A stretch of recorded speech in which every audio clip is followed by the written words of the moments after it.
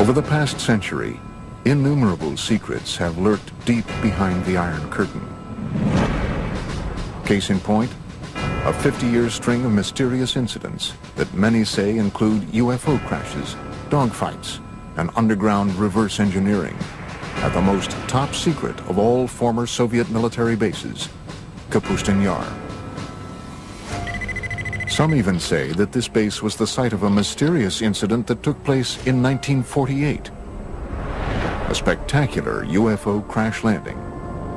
It's 1948, suddenly a cylinder appears over Russia's most sensitive airbase. There's no question that Joe Stalin was interested in crash saucers, was interested in alien technology. There's nothing in which I just believe.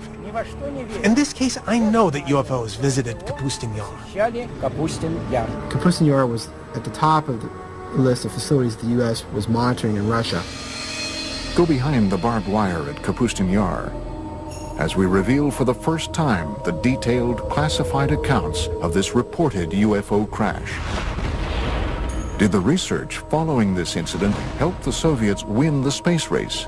I'm sure the Russians have done their darnest to reverse engineer anything they can get their hands on, whether it's American or German or alien. From never-before-seen reconnaissance footage of this secretive base, This YouTube imagery of Kapustin Yar is the first time anyone outside the CIA or the intelligence community has looked at it. to an exclusive look deep underground into Kapustin Yar's UFO Research Center. They buried the most secret facilities within the base that was secret within the base. The incident that took place at Kapustin Yar in 1948 remains a Soviet-era enigma, a seminal event that UFO researchers still call Russia's Roswell.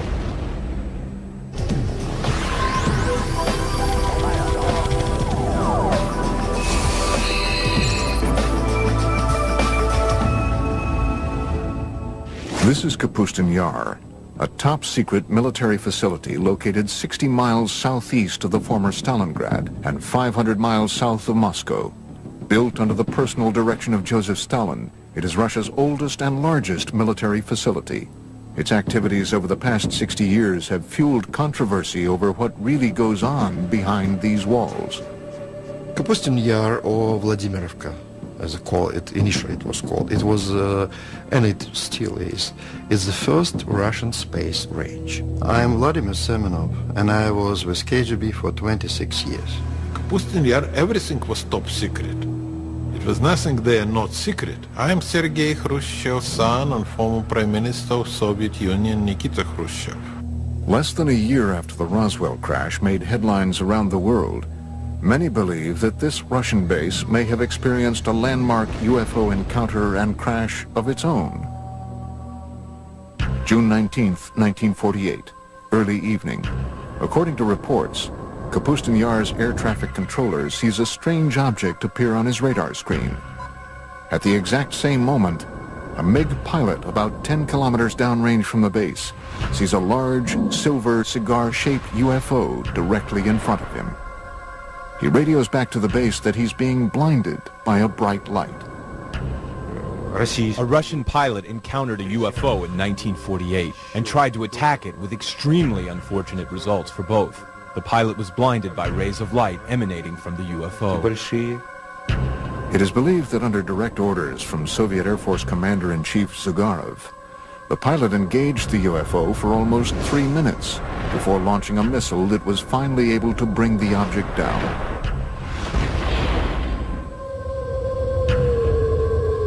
But unlike Roswell, this crash never made the papers. It's 1948, it's a secret airbase. Suddenly a cylinder appears over Russia's most sensitive airbase. They scramble the MiGs. It's a dogfight. Russian pilots are good. And imagine this plane getting right on top of that craft. The MiGs fire their rockets as the directed particle beam weapon explodes the MiG, and they both go down. Reports suggest that the blinded pilot, in his final attempt to regain control of his MiG, was hit by the object's weapons and perished along with his airplane. What did the aliens use? What were they firing? What they were probably using was a particle beam weapon. We know what the MiG used. It was the things that the Russians were using at the time. It was firing its guns, it was firing its rockets, and it was firing some very early version of a missile. Somehow, that MiG was able to break up the anti-gravity envelope that surrounded the craft. The cigar-shaped object couldn't stay aloft anymore and crashed. And the Russian retrieval teams, overjoyed that they have their first spacecraft, jump on this thing, and they take it underground to Zitkar, and the Russian secret UFO program begins. I'm Bill Burns, publisher of UFO magazine. Let's face it, everybody wants to get his hand on a flying saucer. It's a wonderful weapons delivery and defense system. I'm Stanton Friedman. I'm a nuclear physicist, lecturer, ufologist. This 1948 crash is one of many strange events that has turned Kapustin Yar into an even more mystifying version of America's Roswell and Area 51. The Soviets had to get their hands on what we had. We had the Roswell crash. We really had a storehouse of technology that we developed in the early 1960s out of Roswell. The Russians didn't have that. Well, how do you get that technology? It doesn't just fall out of the sky. You go after it. And the Russians went after it by embarking on suicide missions. Anything they could do to get their MiG pilots to shoot down an extraterrestrial spacecraft was fair game. From the time it was constructed in the early 1940s, Kapustin Yar was cloaked in secrecy. It is a place where it is said the Soviet Union's top researchers, scientists, and military specialists were sent to develop highly classified Cold War technology and weaponry. I know everything because I spent months and years in the Kapustin Yar working there testing our cruise missiles that we designed for the Soviet submarine to sink American aircraft carriers. Kapustin Yar was on a very short list of facilities that the U.S. intelligence wanted to get imagery of. There basically there's three things going on there. They're testing surface-to-air missiles, they're testing surface-to-surface ballistic missiles, and they're also testing air-launched missiles, cruise missiles. All three are going on at the same place, and so it's of high interest to U.S. intelligence. In fact, the building of the base was so secretive that when a small town nearby was deemed by the Soviet military to be too close for comfort, its residents were evacuated, and it was simply eliminated. The name of the town? Zitkar. Zitkar is a small town just a few miles downrange of the Kapustin Yar test complex, and basically probably what happened was the Russians decided that due to people seeing what was being tested, it would be better to just close that town off. Many researchers believe the name Zitkar was subsequently assigned to the highly classified subterranean UFO research center beneath Kapustin Yar. There is an idea that in Zitkar and Kapustin Yar there is a storage point for crashed UFOs and corpses of the visitors and members of their crew. Zitkar is analogous to what Area 51 is to Nellis Air Force Base and Groom Lake in Nevada. Different countries have various places where they take their UFO technology. And what they do with it is they try to break it down. They see what it is and how can we reverse engineer this.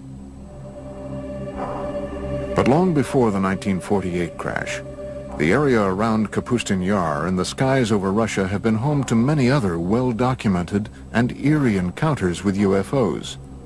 Some date back to a time before what we know as Russia even existed. Russia is a huge land. UFOs have been sighted over its territories for, I would say, thousands of years. I am Paul Stonehill, co-author of UFO USSR. One, which is quite famous, was sighted back about 950 AC by an international traveler of the time, Ibn Fadlan. He and his co-travelers were able to see strange sightings in the sky that scared them immensely. But the local people would laugh at them and say, we see it quite often. Aerial battles, beings fighting each other, strange aircraft, something that's similar to a Star Wars battle scene from a modern movie. Amazing stuff. Legend has it that the spectacular aerial battles that played out in the skies gave the Arab warriors strength and courage to defeat their enemies during the next day's fight. In the 17th century, Russia experienced a rash of UFO sightings, These objects were described by many who witnessed them as comet-shaped balls of fire. The most famous one would be the Rob Ozero incident, when a very unusual, huge fiery disk arrived in the area of a northern Russian lake. One eyewitness submitted the following account. On this, the 15th day of August in the year 1663, a great crash sounded out from the heavens. Around the stroke of midday, there descended upon Robozero a great ball of fire from the clearest of skies. In front of the fire, there were two fiery beams. It went from south to the west and was about 500 meters away when it vanished. But once again it returned, staying over Robozero for 1 hour and a half, filling all those who saw it with a great dread. This documented account goes on to detail fishermen scalded by the burning lake, along with glowing fish that flung themselves onto the ground to escape the looming fireball. Stories, like what they saw over Robozero, were common in pre-revolutionary Russia and outside of Russia in Europe. When we speak specifically of sightings on the territory of the Soviet Union, percentages are very high, more than 50%, that these UFO sightings would be some sort of fiery, sphere-shaped UFO. Another extraordinary sighting took place over Moscow in 1892.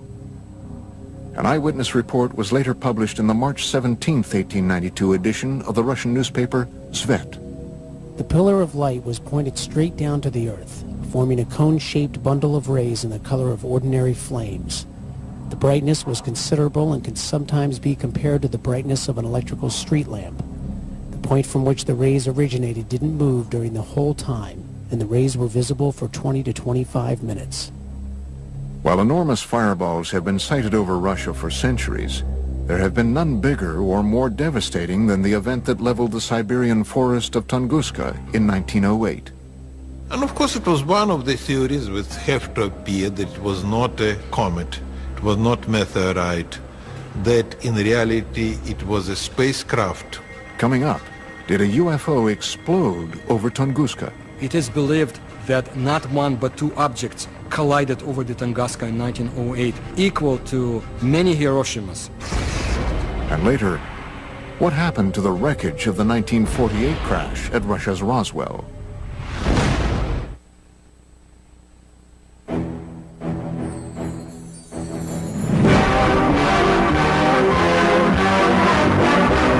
Hurtling through the solar system, a streak of cosmic dust strikes the Earth.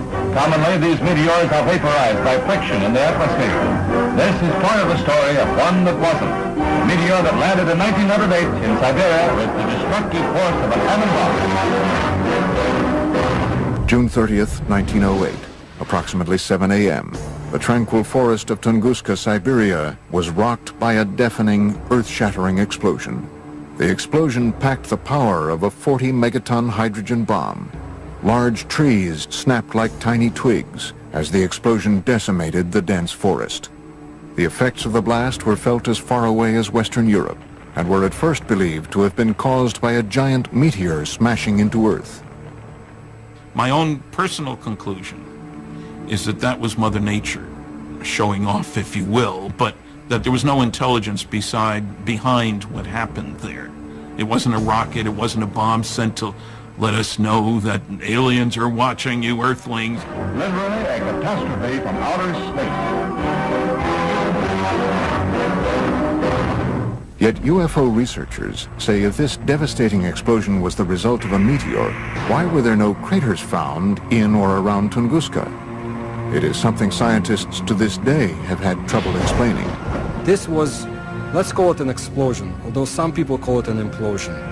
Whole kilometers of the taiga forest were destroyed. The event itself caused changes in the magnetic field of our planet. The academic establishment is of the opinion that the Tunguska event was simply a meteor, but there are many facts that speak to the idea that it was, on the contrary, rational guided flight. It made a turn, which is something that a natural object or meteor could not have done. What was it that could have done that level of devastation and not leave a crater? Modern-day UFO researchers were not the first to suspect that the Tunguska event was the work of something other than a meteor.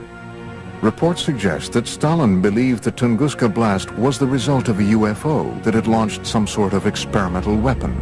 Stalin was interested in the acquired information to determine whether UFOs presented an immediate threat to the Soviet security. That's why he used some of his top scientists to give him an assessment. Scientists like Korolev studied UFO materials. Sergei Korolev, one of the Soviet Union's most celebrated scientists, would go on to become the father of the Russian space program and the man responsible for Sputnik. Along with Stalin, he was determined to solve the mystery of Tunguska.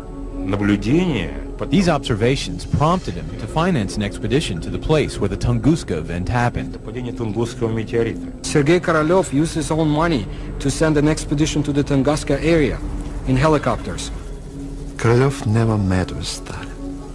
There were some researchers who was looking to prove that Korolev really met with Stalin, but they didn't find any record.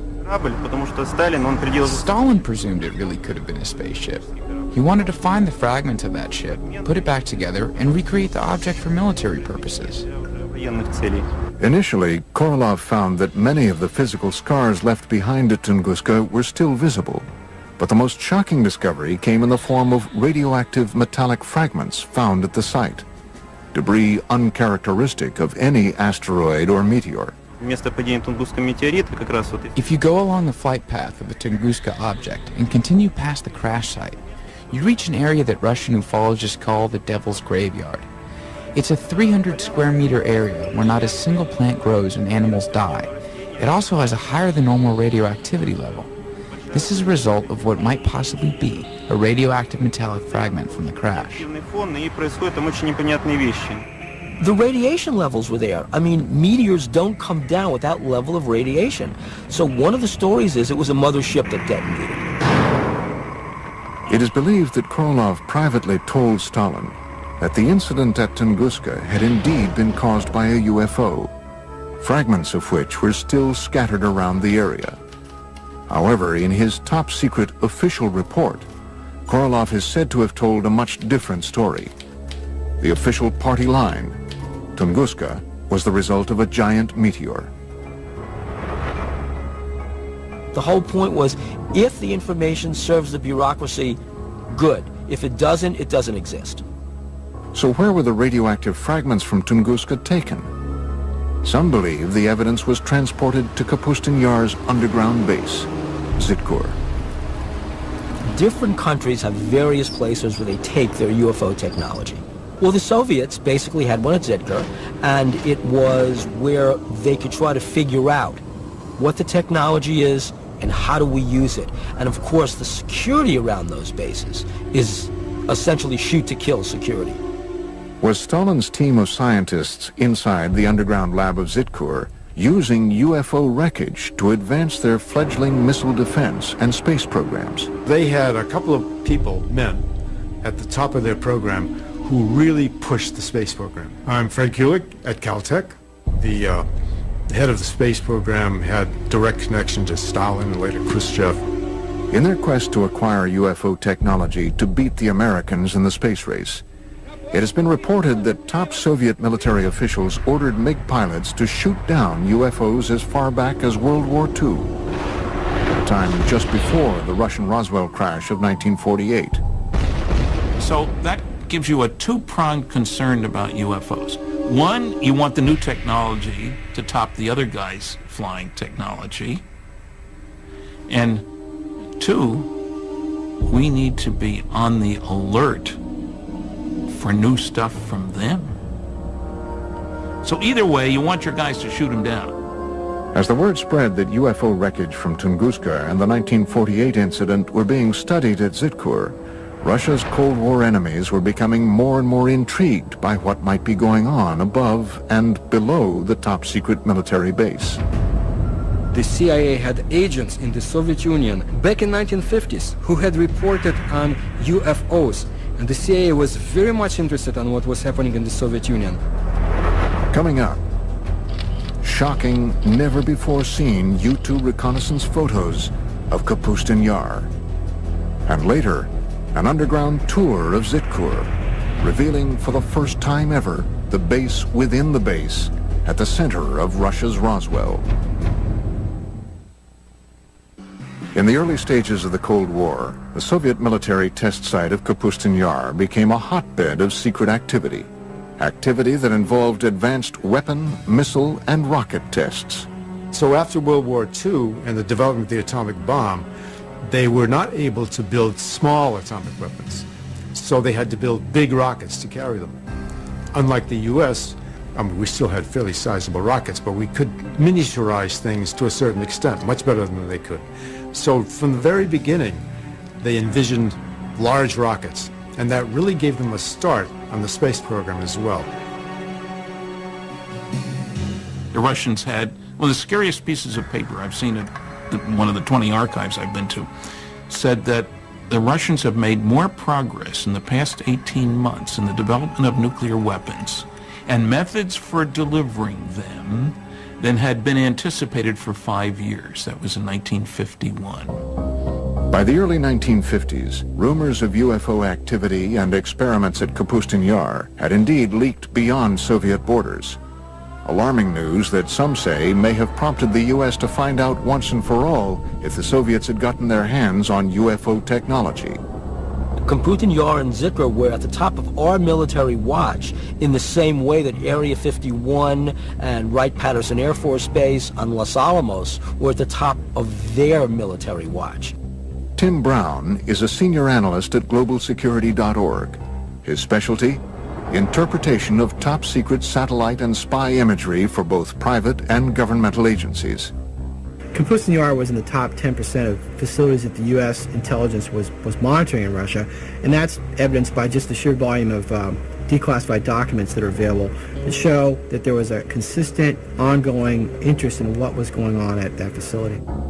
Not long after the United States had developed its most sophisticated spying machine to date, the U-2 spy plane, the first mission was to, where else?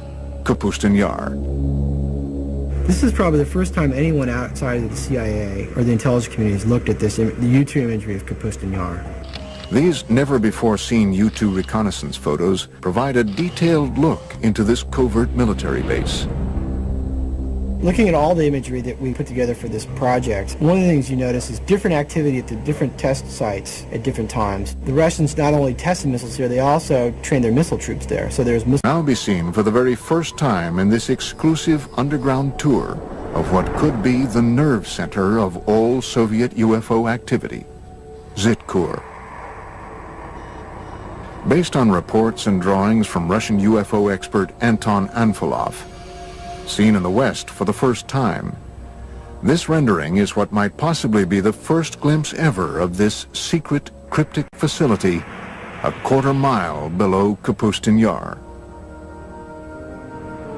Let's say that you get a chance to go down there to the most secret Russian UFO laboratory. It's not glorious, high-tech, and brightly lit. It's dank, it's dark, and it's dingy.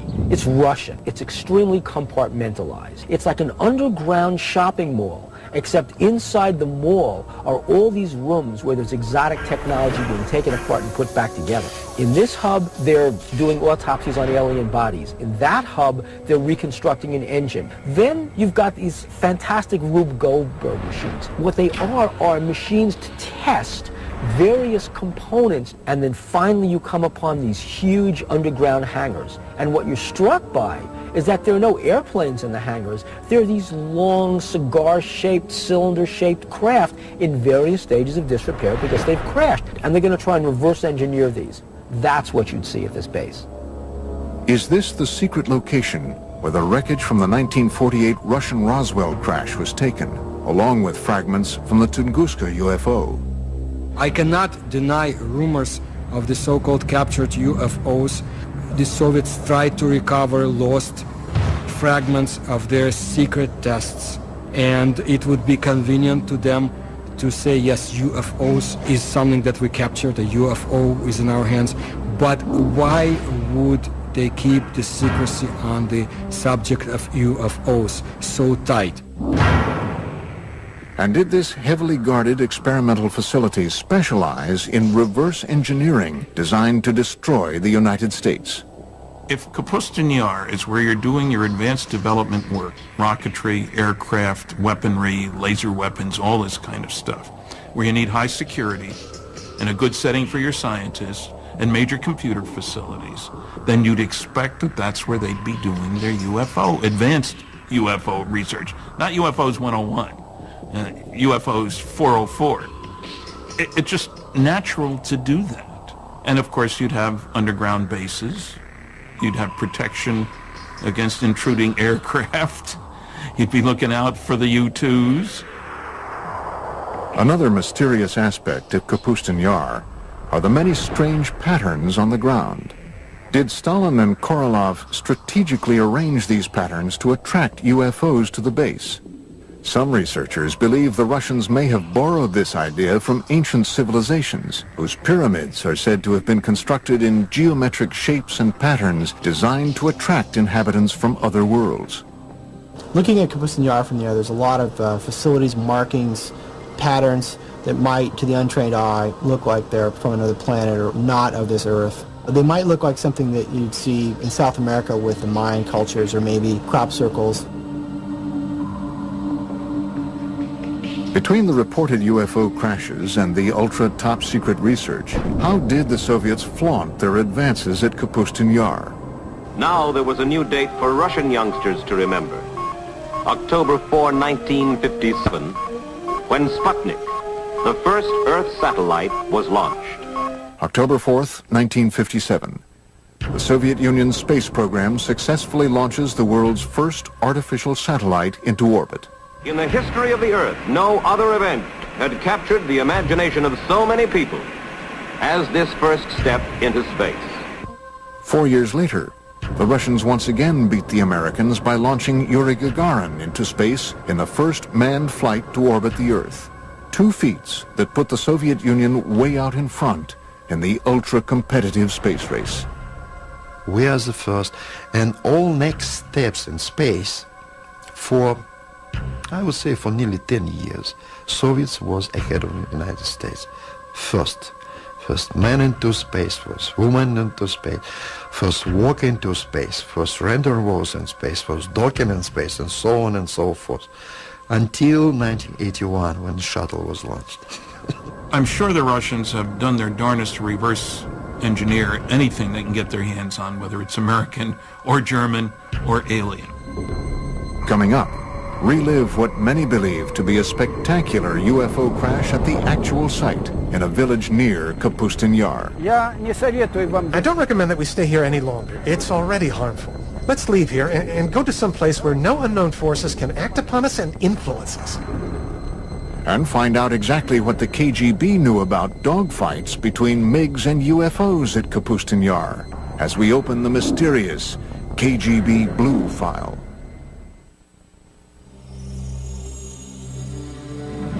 Russia's foremost authority on UFOs is a man so legendary and popular around the country that he is known only by his last name, Azhaja. On this spot of the UFO landing, an American group is filming for the first time. He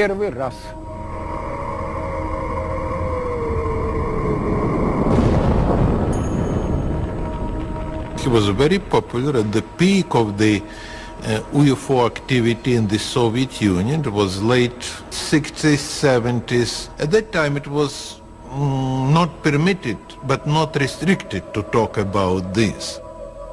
Azhaja invited the History Channel on an exclusive tour of a reported UFO crash site not too far from the site of the Russian Roswell crash of 1948.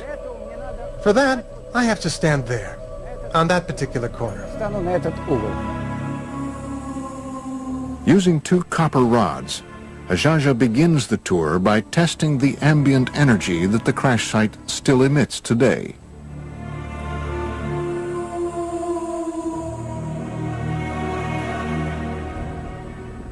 There it is, a negative sign right there. Down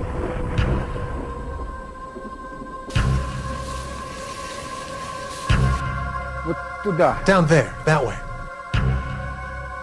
So here, in this spot, occurred the crash landing of a flying saucer.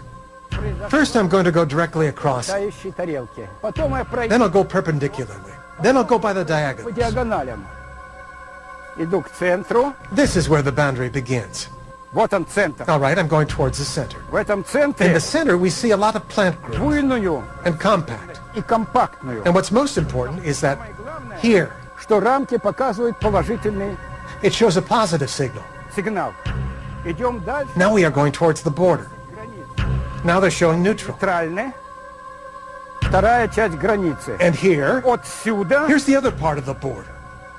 Right from here to over there. Now I'm going away from the center, toward the other side. Ajaja is walking the 100-foot by 20-foot outline of a cigar-shaped UFO that reportedly crash-landed here in 1961. Again, now we're going back. It shows a powerfully strong signal. See how it's turning? It's powerfully positive. We're going back. Negative. There it is, see? Here's where the border is. We got one point over there, another point over there. 3 point and 4 point.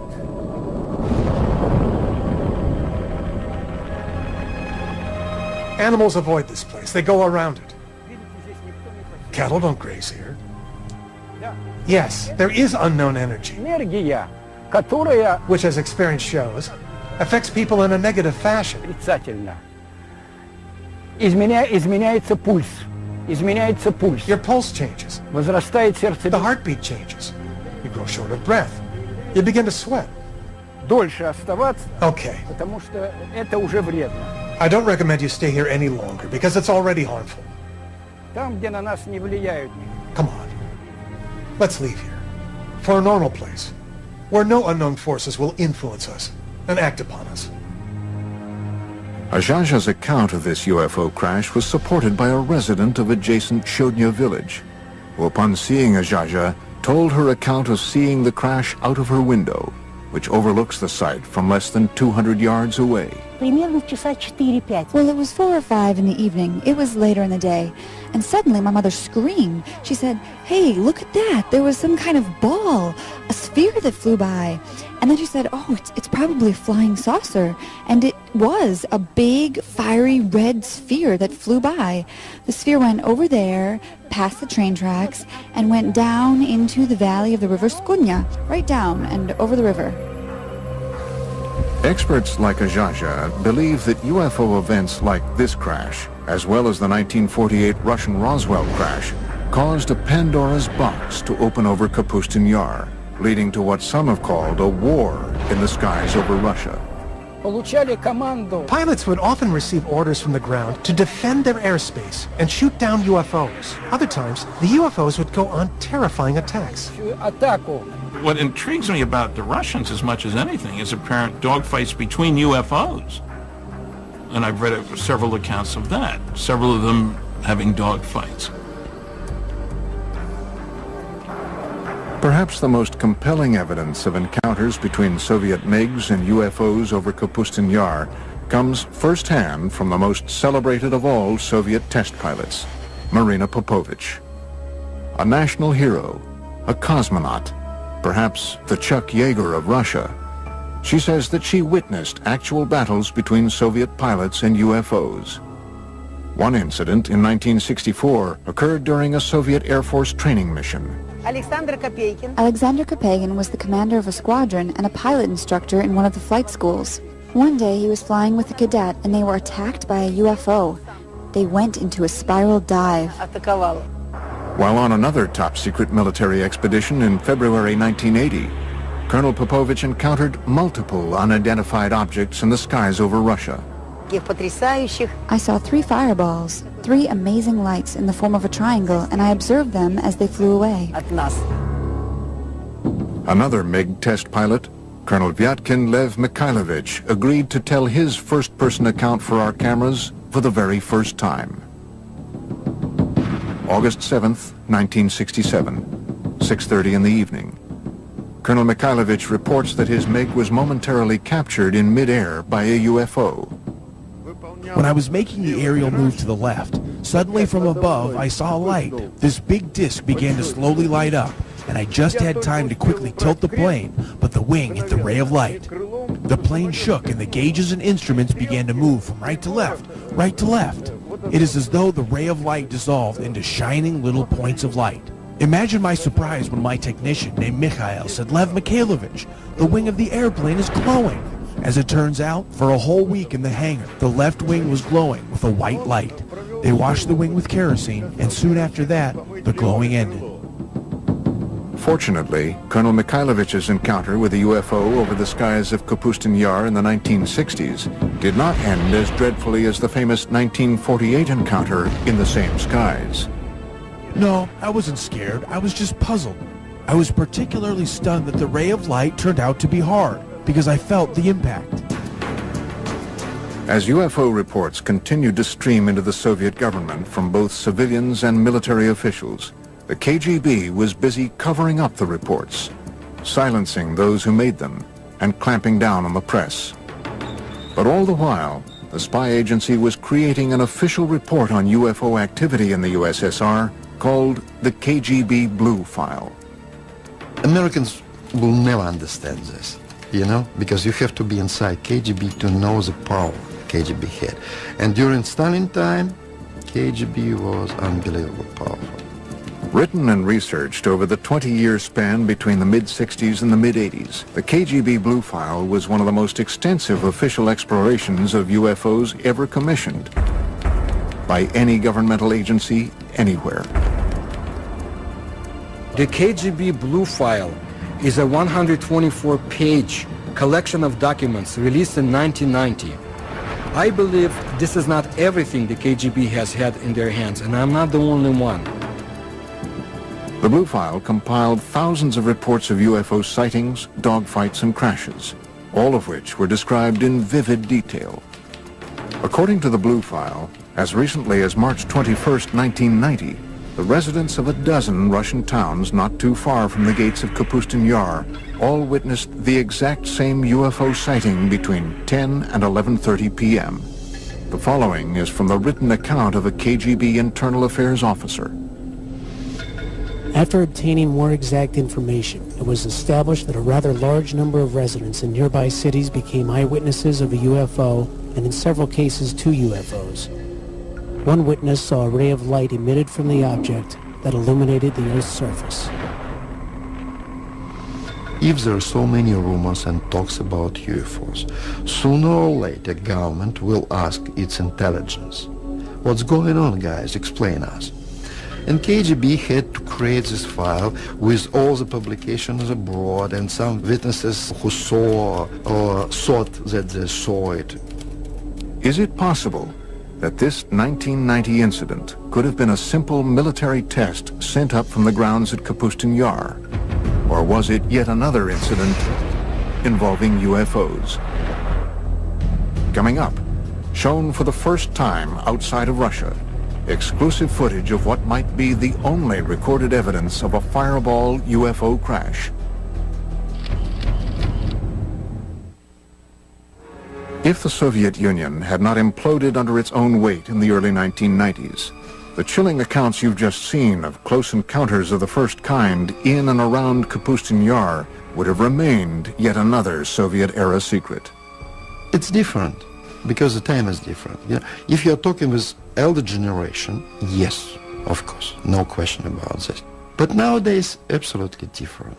You know, younger generation now, they are living in another society and they have much more freedom. This new freedom in Russia helped the producers of this program acquire, through official channels, this Soviet military footage you are about to see. Throughout the 50s and 60s, the Soviet military experienced a string of failed rocket launches and missile tests that resulted in one disaster after another at the base. Were these simply accidents or retaliatory attacks by UFOs? I have heard a story, for what it's worth, and I don't usually talk about myths, but I've heard that 4 Soviet big launch vehicles were exploded on the pads by aliens because they kept trying to shoot down the flying saucers. Hidden from view for 45 years, a Soviet military cameraman captured the after effects of what appear to be two fireball-shaped UFOs that reportedly crashed early on June 3, 1960. From what we can determine, not a single person outside of the Soviet military and KGB has ever seen this footage. 3 Red Army firemen are seen running from this massive fireball, which, according to reports, continued to expand, causing other massive explosions in the area for over an hour. One of the fireball-shaped UFOs was believed to have destroyed 3 Soviet rockets on their launch pads, while the other targeted and destroyed a rocket fuel depot, all just yards from the Zitkur underground UFO research facility. The charred remains of the 2 reported UFOs seen here were quickly sent across the base to Zitkur. Try and imagine Earth as an undeveloped colony. And just like the United States and the Soviet Union fought wars over other areas, political wars over other areas, imagine the aliens want our resources. And they're fighting over Earth the same way the U.S. and the Soviet Union had conflicts over other areas after World War II.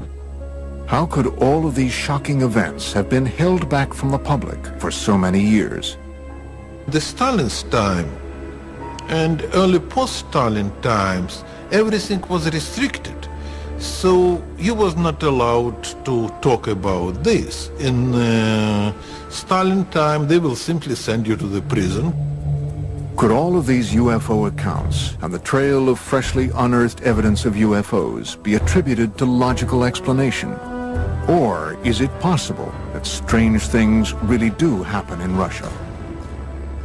A reporter for one of America's largest newspapers says yes.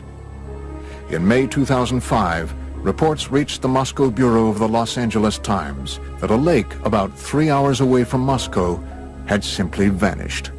We went up there because we heard that it had just disappeared, and I said, you know, I'm not going after this story. A lake does not just disappear. Kim Murphy visited the site a few days later. Her account was published on the front page of the newspaper on May 27, 2005. We got up there and just found this huge hole in the ground. The only eyewitness, as far as we know, who actually saw what happened, described going down to the lake where he says there's this swirling of water that looks like water going down a toilet bowl, just, you know, in a raging circle, just tumultuous. And it's going and it's going and it's going, and pretty soon it's gone. From disappearing lakes to fireballs seen in the sky to reported attacks by cigar-shaped UFOs, Russia continues to be a land of incredible mystery. And as top-secret work continues to this day at Kapustin Yar and Zitkur, the base remains a potent lightning rod for UFO activity. According to one researcher, Kapustin Yar was the site of a crash in 1989, and even more recently, the debris of a 1997 crash in Poland was taken to Kapustin Yar for analysis. Recent political moves by Russian President Vladimir Putin have caused some in the West to accuse his government of closing the Iron Curtain once again on today's vibrant Russia. On a day-to-day basis, people are convinced and worried that Putin's Russia is a much more authoritarian Russia than was Yeltsin's Russia. They do know that UFO information is not available from Russia as easily as it had been before. You lose the ability to control secrets in an open society. Putin came out of the KGB. He's seeing a lot of valuable information and valuable technology go to private sources. The Soviet Union is closing down in a lot of areas, but also closing down in UFOs. It might be even longer until the curtain is pulled back on the secret underground laboratories and lairs of this legendary Area 51 of Russia. And we have only just begun to scratch the surface of the puzzling mysteries of Russia's Roswell. Extraordinary claims require extraordinary evidence. Seeing is believing. It's 1,000,001 chance, but it's happened before. The impact would be a catastrophe, a disaster that's absolutely unparalleled. One cosmic event that could devastate our world in an instant. Asteroid apocalypse on Mega Disasters. Tonight at 9 on the History Channel. The whole globe reduced to ash is just scary.